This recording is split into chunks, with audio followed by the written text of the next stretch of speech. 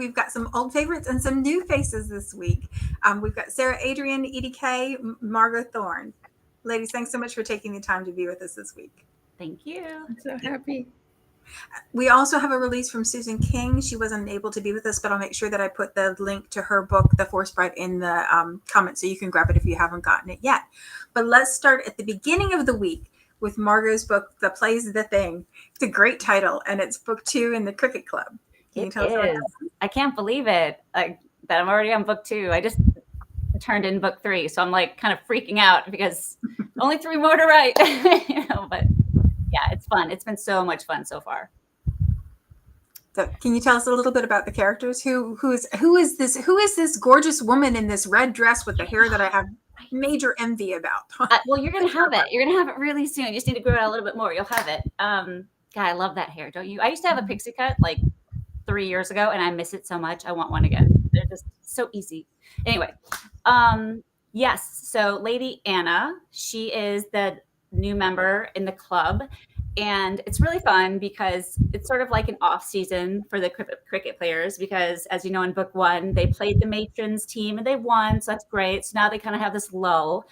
And Anna's father is a widower, and he struck up a relationship with his old love when he was like a teenager. So they want to get married, and so both families are coming together to kind of meet each other and hash things out and just see how they get along, and kind of like a Brady Bunch thing, but with adult kids instead, which I don't know, I think adult kids can be a little bit more dramatic than young kids, you know?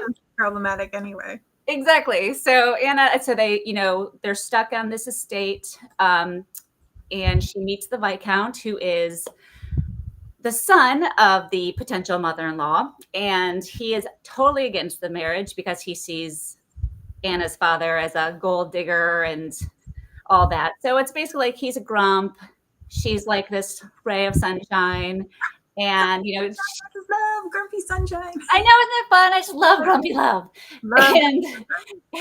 So it's just about how she's all for the marriage and she's excited and she's wanting these like to come together and everything's just wonderful, and he's like no, and he's trying to find a way to find all the secrets in the dad's past and ruin the romance, and it's just kind of like that, and of course they fall in love, and it's just fun. It's really fun. I tried to like bring out a whole lot of family members and just kind of make it kind of cute.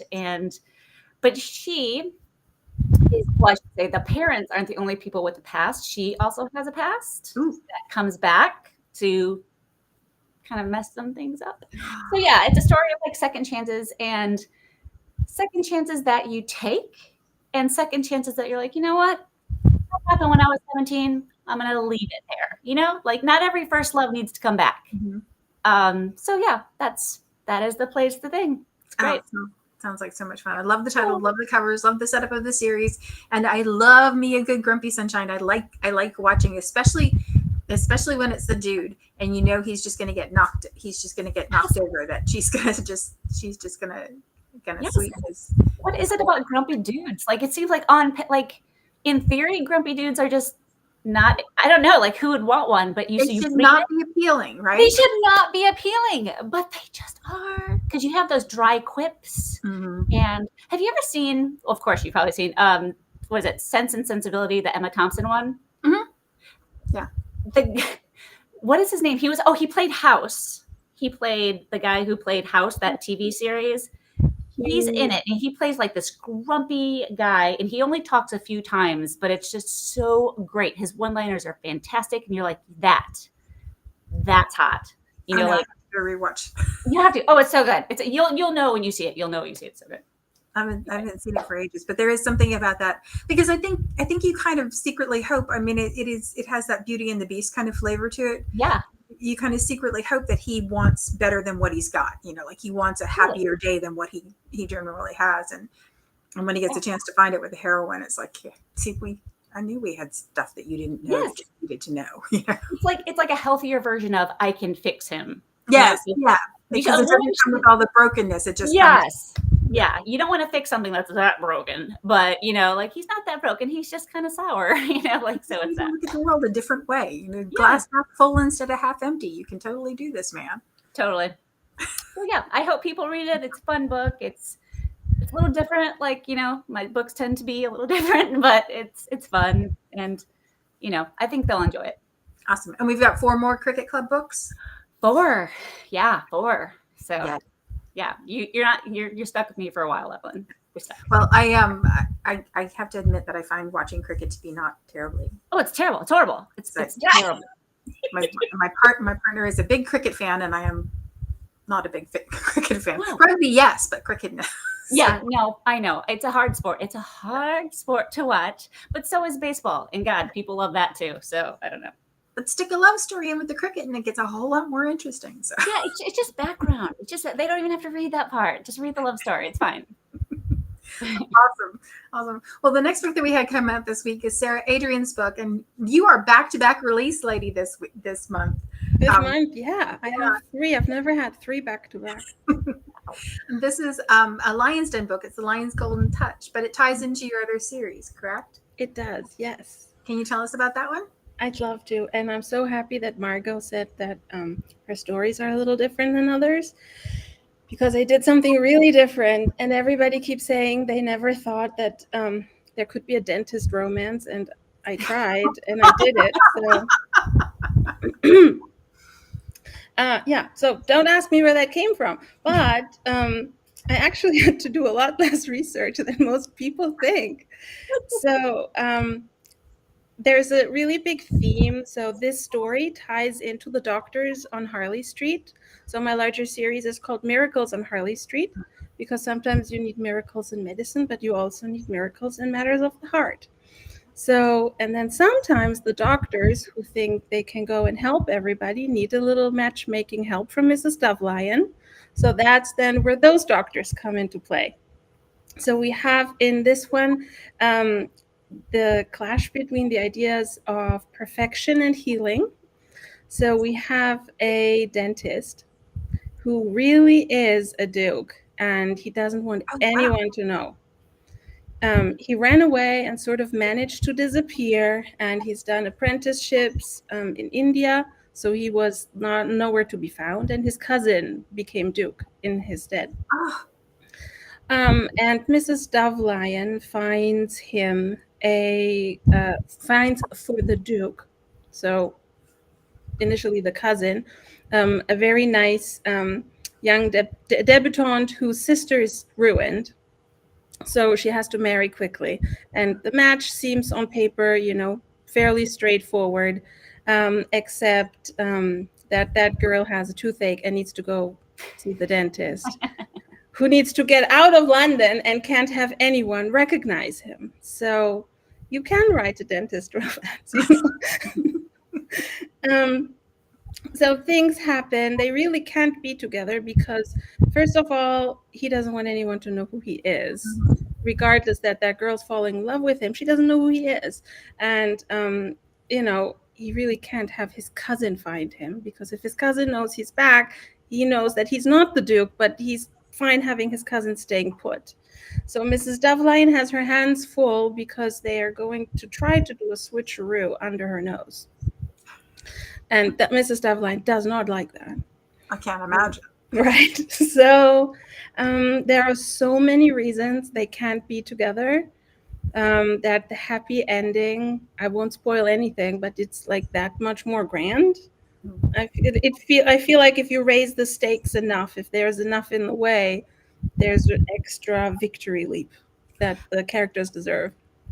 I love that about romance. I love that I know where we're going to end up. Like I know if I go on the ride with you, we are going to get to the happily ever after. So you can torture the living daylights out of everybody in the interim, and I'm okay with that because I know where we're going to. I know the promise that romance authors make is that they'll get happily ever after or happy for now if we hang in there until the end. Yeah. So awesome. Well, that sounds like so much fun. And I dentist romance is not something I would have picked, but you can imagine somebody falling in love with somebody who takes their pain away too. Like there is an inherent component to that feeling better around somebody kind of thing. Well, in the series, every doctor and also the nurses are specialized in something else. I have the sort of, they weren't quite called that yet, but there's a dentist, there's the eye surgeon, there's a general surgeon, and then the nurses are a bit like midwives. So you need to give them, I also have the apothecary. I just turned that book in. That'll be the second in the bigger series. So you need to pick something that, they can be good at and that will play with these ideas that I really like working with, perfection versus healing. Because nothing is ever really perfect, but healing, there's nothing more perfect than healing, that the fact that you can heal. And that's another one of those universal things, the same as romance. It's one of those universal things. Everybody needs healing in some capacity, physically, emotionally, mentally, some way. We all bump up against that multiple times in our lives. So, very cool. Very cool. Well, I mentioned previously about Susan King's book, which is The Forest Bride. I'll make sure I pop that in the comments, and we'll talk to her on a future time. But the last book that we had released this week is Edie Cay's debut, Dragonblade debut, not author debut, but Dragonblade debut. And it is In Not So For You. Again, a great title. And it's the first book in the Ladies Alpine Society. Mm-hmm. Can you tell us about this one? Yes. So this is Victorian set. My previous series is about Regency women's thing, and so this is Victorian women's mountaineering. So in this series, the first book in which I wrote before I had read a werewolf romance. So I did see that I already have one review that they were like, I thought this was going to be about werewolves because of the title, and I was like, oh no, not that kind of knot. No, it's a different knot. I didn't even put that together, and I've read quite a few werewolf romances. Yeah. Well, she only gave me 3 stars because it wasn't werewolf related. But at any rate, this is about the Ladies Alpine Society, which takes place during the golden age of mountaineering, which is in the 1860s. So in 1865, Edward Whymper becomes the first person to finally ascend the Matterhorn. It was his 7th attempt. He finally made it on top of there. And of the 7 people in his party, 4 people died on the way. So it was this huge thing, one of which was Lord Francis Douglas, who was a British aristocrat, and Queen Victoria said, we will not spill any more British blood on mountains. She wanted to ban anyone from climbing another mountain anywhere. So in my book, there is a woman who decides that she wants to do this. She wants to be the first woman on the Matterhorn and collect around her women that she thinks can help her accomplish this. So she is at a ball, as you do when you are a Viscount's daughter, and she has a dress malfunction, and she goes into the ladies' lounge fretting over this dress malfunction, and she meets Eleanor Piper. Eleanor Piper is a ship captain's daughter who has been shunted aside and often forgotten in her life. So she spent a great deal of time in her father's office being occupied by her father's business partner, who is a one-eyed former ship's captain. And he teaches her all these just to keep her occupied. And so she would do knot tricks and do knot ties around her back and with her eyes blindfolded. And so when Eleanor is in there hiding at the ball, because this is her first ball, and she's like, I don't like people looking at me. He goes and sees, oh, well, this is actually something I can do. I can help this other woman with her dress malfunction and ties this beautiful butterfly knot, which actually does look like a butterfly. If you Google butterfly knots, you can see them. And the Viscount, not butterflies. She's like, oh, no problem. So she ties another metric looking one, and and so then she ties a double knot, which is, if you have any climbers out there, is what we use to actually say is this double figure, which is looks like a double infinity sign. So she does this, and so then the Viscount's daughter is like, oh, guess what? You've now officially joined the Ladies Alpine Society. Congratulations. Our meetings are on Wednesday. And I was like, wait, what? No, what? And so they basically take her by the hand and like, let's go talk to your mom. We need to make sure that she's on board with this. And of course, because this is a Viscount's daughter, well, of course, a ship captain. Yeah, no, please. Yes, we do want to hang out. Yes, please call us. Wonderful. And as they're coming out of the lake lounge, she accidentally bumps into the mother of the expedition lead there, who is a tall, handsome, blonde second son. And this is Tristan. Tristan, the second son, has no real job. So he has been handsome, which is fun. He lost a lot of money. Also, but his family are mountaineers. That's what they like to do. That's actually one of the things that his mom and dad together is mountaineering. And so they have climbed a whole bunch of mountains. Unfortunately, he is a little bit plagued by the fact that on the last mountain he climbed, he triggered an avalanche that buried his mother. He was able to his leg is broken and has set inappropriately, and he has a limp now, and she's never going to be able to climb another mountain. It feels like it's his fault because he triggered the avalanche. He was the one who did this, and the snow came down. So as we go through the book and we realize this grandiose plan to climb the Matterhorn, they don't actually know how to do anything, really. So they have to and figure out, how are we going to do this? So they make this expedition to Ben Nevis, which is the highest mountain in the UK. It is a training ground for alpine climbing for British climbers who want to go to the Matterhorn, because it is so forbidding. It's not that tall, but as anyone who's been to Scotland, the weather is not always predictable. Highlands, you've got high winds, really unfavorable conditions, random snow that can occur. So they have, the whole purpose of this book is so that they can climb Ben Nevis, and they have an order of things, and Eleanor gets to show off all of the knot tying skills to help them figure out how are they going to keep themselves, how are they going to keep themselves together, how are they going to pull things. So she really gets to showcase her skills, and as it goes up, she realizes they go up, they conquer this mountain. On the way down, they fall through a snow cornice, and if anybody has done any alpine mountaineering, know that snow, especially old snow, can dry in unpredictable places, and it can look like a lake when in fact there's nothing beneath it. And they fall down through the cornice and have to figure out how they're going to survive on the mountain, just the two of them. The rest of the expedition doesn't know where they ended up. They can't see that far. I'm never going to go mountain climbing, but that is one of my fears, is that idea of falling into a place. And for one thing, not knowing how far down it goes, right? Because you could just fall forever. And also the idea that nobody would know where you were. And you could just be sitting down there in the bottom, just getting colder and colder and colder because nobody knows where you were. So that is personal nightmare stuff.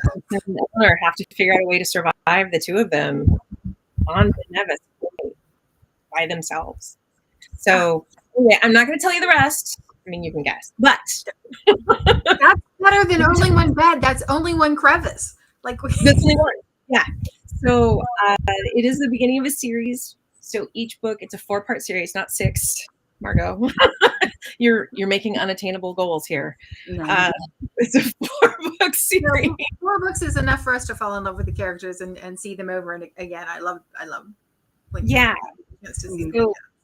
Book 2 takes place mostly in London, and it follows Prudence, who is our American widow, who came overseas after the American Civil War as a widow, and she's going to seduce someone.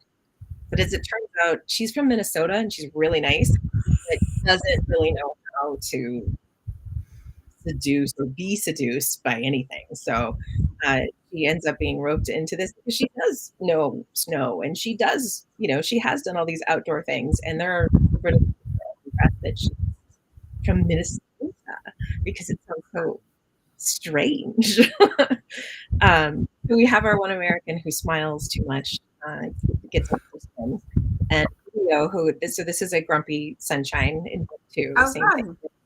Leo is the expedition accountant who has no time for any of this and thinks climbing mountains is stupid. Like, why would you do that? And then book We're going 3, to count the crevices. yes. And then book 3, what I just turned in, is Into the Breach with You, which is where we actually get to the Matterhorn. Oh, Sorry. Those are my dogs. okay. When Maeve's on, usually her cat walks across the screen like this, and we get to see tail. Well, that sounds like so much fun. I'm glad we have more to look forward to, and I'm glad we actually get to go expeditioning to the Matterhorn. So, like, because I'm never going to do that. So, like, I mean, I've done some, but not a whole bunch. So the Matterhorn is at 15,000 feet, just a little bit under. And the highest I've ever gone is just under 10,000 feet. So I've done some mountaineering, nothing so bold as what they do. And I've seen Ben Nevis from afar. Like, I've been to Fort William and I looked at Ben Nevis and I was like, that looks cool, but I'm not ready to it. So yeah. And also, as a historical point, this is before trails were cut into Ben Nevis. So I do have them climbing this without a known trail. And a few years after this, after the book takes place, they actually do put a weather station at the very top. And that was the first weather station, which is also how come the Americans won D-Day. Interesting story. Oh, wow. Yeah. Well, that is a whole nother book in its own right. Yeah. Yeah. Yeah. So the historic. Yeah. Very cool. Very cool. Well, we have a little bit of time left, and I thought it would be fun with the time we had left to learn a little bit about your hobbies beyond mountaineering, which is very cool. So does anybody want to start? Is there anything that you do to I think keeping your hands busy when your mind is working is useful for authors. Whether it's walking or driving or doing handcraft kind of things. I think that's one of those things that lets your mind play while your body's engaged in something else. So. Well, and actually, I was talking to my therapist about this. I'm like, I always have to be doing something. My hands have to be moving. And she's like, well, how long does it take you to write a book? And we're talking about like the writing process. And she goes, I just think you need things that are more immediately finished because, we'll be writing these books and it'll take us like 2 or 3 months or for however long it takes you. And it's a long process, from beginning to thinking everything through. And I just need things sometimes to be fast. And so I need to like create something like, even if it's like a blanket, I can finish in 2 weeks. I want my start to, there's just something in my head that just needs to have immediate results. Maybe it's the millennial in me. I don't know. But that's why I always have to be moving my hands. I always have to have these little projects. So like you said, like crocheting helps, gardening helps, getting outside away from my computer helps a lot. Getting sunshine on my skin, even though I'm super pale, like it just helps. So I think that's why I hear a lot of authors need these little things to do because especially for those who have, my imagination is not super vivid at all. Actually, I wish it was, it's not. But for some people who can live in their heads like that for long periods of time, you just need to be external in some way, like you need to just get out of it. So that's why I have too many hobbies. I hadn't thought of it like that before, but that makes perfect sense. Because you have to live in the uncertainty when you're when you're writing the book, even if you are a diligent outliner, you're still living in that place where you're kind of waiting to see what the characters do next or what they say next or how you move through the story next. And so you're living with that uncertainty for a long, long time. It's a lack of control also. And I think a lot of authors are like control freaks and like I can try really hard on my book, but at the end, I don't know if it's going to be well received. I don't know if it's going to be awesome, but I can go build a birdhouse. Like I can do that. I know what that's going to look like. And so that's my issues. That's my issue. I'm sure other people have more positive issues, but those are mine. The only problem I have with your issues is that every time I see your dollhouse, I think to myself, I could have one of those. I could do that. I could make a dollhouse. I have nobody to play with the dollhouse. Nobody. I know. That's why I have my little niece. No nieces, like I know nothing. I know. And it literally, like, I want to build another one. I'm like, for myself? Why not? I've never had a dollhouse before. But like, I was, you go on YouTube, and this is when I should be writing. I go on YouTube in the morning and I just watch these people like craft these amazing things. And I'm like, I can do that. I know I can do that. And then I, rabbit hole for 4 hours, and it's just that. I found that poster miniature furniture. Not as hard as you think. It's amazing. Not as hard. Victorian legs are hard. They are hard, but they're not as hard as you think. No, ridiculous. Sorry. What about you, Sarah? Do you have hobbies that keep you busy when you're not writing? I have so many hobbies. I'm the entire time here, I'm thinking, I could tell you about the box theaters we made, or the little pieces with the diamond painting, or the oil painting, or the baking. I'm trying to pick the one that makes for really good conversation right now. So which one do you want? I don't know. Box theaters, definitely box theaters. Yes. Give me ideas, Sarah. Give me more ideas for more hobbies. I want this kit. I really meant. So I have this, I'm homeschooling our sons, and they want to go write a book. But I have to, we have to learn the alphabet and have to make, sight words. And, we have to learn then to type and then to write the words straight enough so other people can read this. So these are so many little steps, right? So they get impatient, and I relate to absolutely nothing more than when I have this image. Like, I start a story, or I start a series with a scene and an image. Like, wow. Like, I started this entire series with the doctors with the scene that comes at the end of book 1. And from there, I'm like, so who are the people standing around, and who are like the ooh and ah and the So each one of them, those get a story. But so I have to teach my kids that, like everyone else, you need to put letters together into words, into sentences, and you have these rough scenes. And so we're doing these projects together with tiny pieces that then come together in layers. And then eventually, like, if my husband does the wiring for us, there's like a tiny little light in a tiny little house. And I'll put, when Evelyn puts this up, I can put a picture. I'll try to take a nice picture, and I'll respond in one of the comments with an image of one of our. Yeah. So we, as a family, we clear the dining room table, and we put these silicone mats under, because when little boys get glue, it's more about the glue than anything else. And we try to put these box theaters together, and we try to create. And I go then into the educational part of it. We try to create a setting. And then we have characters, and what are the characters going to interact with? And then I try to remind myself, it's like, shit, I forgot the backstory for my character. Then I'm like, and so like, oh, that's, and like suddenly, like, I look at my husband, I'm like, that scene? I'm not even mentioning that they're outside. And he's like, I do not know. So then I'm like making notes, and my kids are like, what are you writing? And it's like, I have to tell people what's in my head. But so we made box theaters, we make diamond paintings. I don't know if you know, those are really fun. The ones with the little tiny things that stick to the gluey thing. And exactly.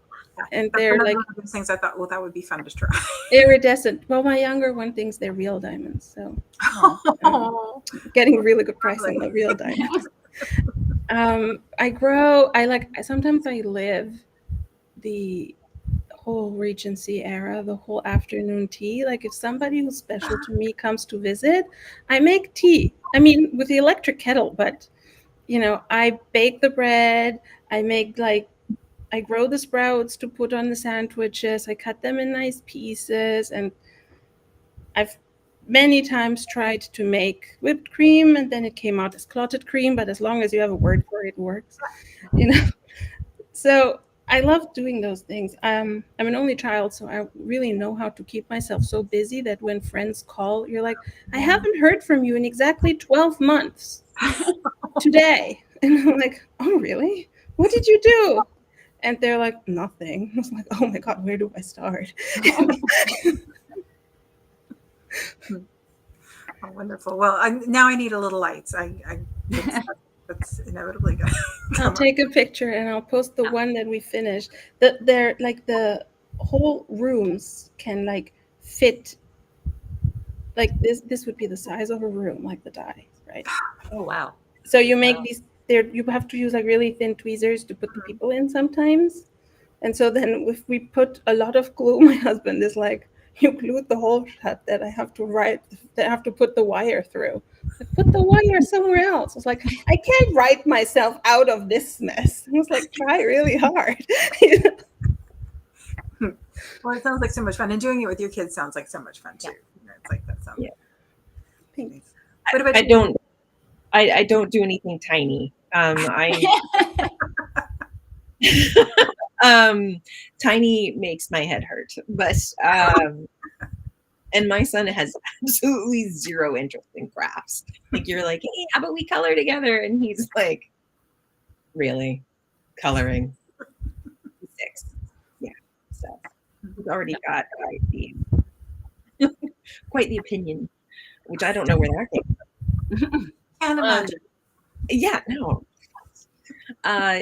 I mean, I like being outdoors. That's really nice. But I am more of these days. I had long COVID for 3 years. So it really wow. cut down on the athletic pursuits. So my outdoors is like taking my dogs on walks around in state parks and stuff like that. And I think, I'm with you, Sarah. Like if someone comes over, I'm like, oh, I'm making scones from scratch because I can do that in 45 minutes. Like, let's get this going. I live too usually far away from everybody. So I like doing that. I make birthday cakes, pretty elaborate ones for my family. So they have a specific book. They're allowed to pick any cake they want out of that book, and I will make it for them. So for my mom's birthday, I made this really beautiful white chocolate raspberry cake, and I went with fresh flowers and used flowers and little pretty sprinkles and stuff like that, and made it. And I think it's the same thing what Margaux was saying. Like, I need the immediate. Like, I can make beautiful cupcakes like same day. This afternoon, yeah. And then everybody is like, "Yay, cupcakes!" Where it's like you walk out of your room and you're like completely brain drained and you can barely string 2 words together. And they're like, "So how'd it go?" And you're like, "I wrote some words in one sitting, and I can't feel my feet now." And you're like, "Oh, yeah, okay, great." No one's excited. Whereas like cupcake, pretty Everybody's simple. excited for cupcakes. That's easy. You don't even have to sell that. Yeah, exactly. So yeah, no, there's that. And I read a lot. I'm a huge history buff. So Makes sense. yeah, I am constantly reading something. Usually I try to do it and a fiction at the same time. Although it really does depend on what Libby does, the library app. That's, they always like to put all of them in at once. So you're like, what am I going to read? I don't have anything from the library. And they're like 4 all the same day. And you're like, could you please out a little bit? Just something? Yeah. So, and that's it. And I do a lot of audiobook listening as well while I do tours, blogs and stuff like that. And I don't know. Most of my friends, my lifetime friends, are all spread out through the world. So we do a lot of like voice messages, stuff like that. And I don't have a lot of free time anymore. I used to be a classical pianist, so I guess I still do. I still play. So there's that. And my kid is taking lessons, so it is. He doesn't like it. Type of that was an E, and he's like, "What? How do you know?" I was like, "It needs to be an E. You played an F, like clearly." Oh my god. He doesn't like that. I can just tell. I love that you just dropped that. I used to be a classical pianist. I know, right? Like it was nothing. Like salt. Here's. Well, it was my first job. That's what I did. Oh, cool. Yeah. We're gonna have to talk again, clearly, because there's not enough time to learn about that. And now I need to know. So the next time we talk, when the next Ladies Alpine Society book comes out, that's what I'm leading with. I want to know about the classical part. So, ladies, it was lovely to talk to you. I could do this all day. We could keep going and going and going, but we have run over time. I want to make sure that I take the time to remind everybody that the Tales of Timeless Romance the Bright Track anthology comes out this Saturday. So if you haven't gotten that one, you want to grab that. And that I will put the links to all the books in the comments so that you can grab them if you haven't gotten them already. Dragonblade books are the best deal on pre-order and release. And if you don't get them on time, then you could read in Kindle Unlimited.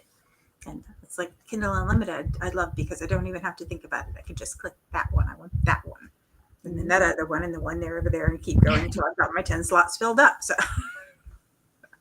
ladies, it was a treat to talk to you today. I really do appreciate you taking the time. Thanks, Ellen. It's been a pleasure. Thank you so much.